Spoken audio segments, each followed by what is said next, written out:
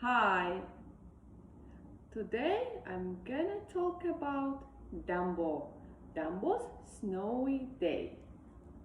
Dumbo was a very special elephant with his huge ears. He could soar through the sky like a bird. Dumbo performed in a circus with his mother, Mrs. Jumbo.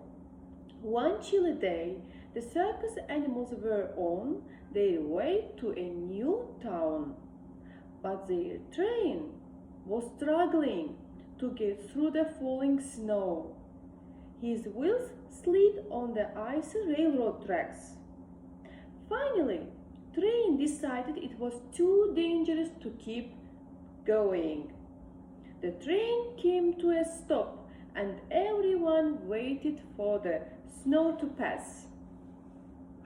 Dumbo was happy that the train had stopped. He had never played in the snow before.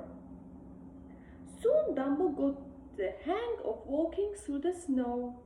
He liked the crunch, crunch, crunch sound he heard with every step.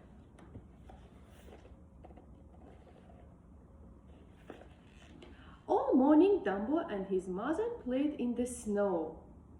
But as Dumbo and his mother explored, they got farther and farther away from the waiting train. Suddenly, Dumbo slid down a steep hill. He called for his mother to follow him. But when she reached the bottom of the hill, Mrs. Jumbo realized she couldn't climb back up. Dumbo tried to push. He tried to pull, but nothing worked. "You will have to fly off and get help," Mrs. Jumbo told him.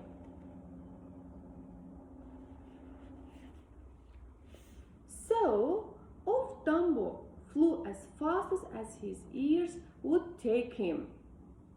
Finally, Dumbo's ears got so cold he couldn't fly. As he waited for the wind to pass, he worried about his mother. Once the wind died down, Dumbo raced back to the train. Quickly, he gathered all the animals together so they could help. "What are we waiting for?" Timothy said. "We have got to save Mrs. Jumbo." Dumbo led his friends back to the cliff.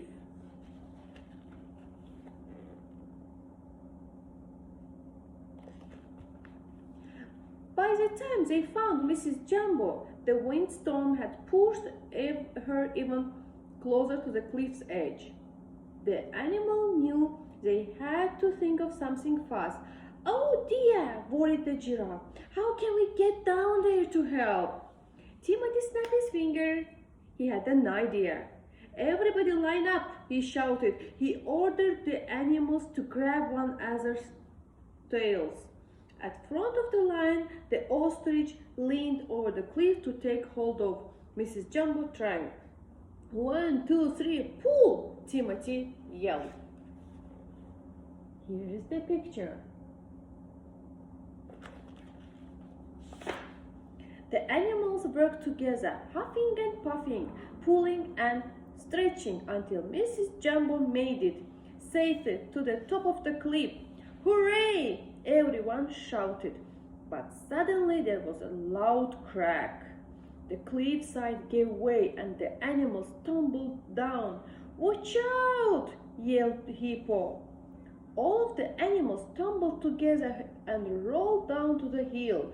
Before long, they had become a giant snowball. The snowball gathered speed until, here's the one,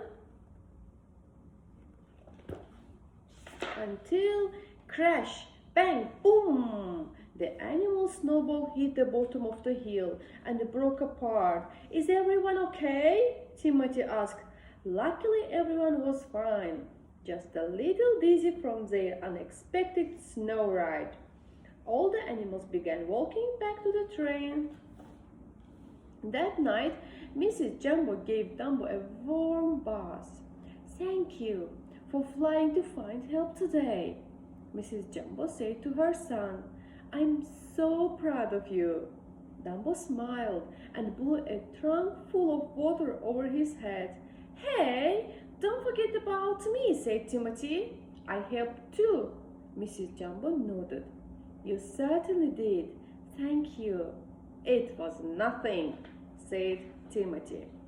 Then it was time for bed. Dumbo snuggled up against his mother. Good night, my darling, Mrs. Jumbo said softly. Dumbo fell asleep right away.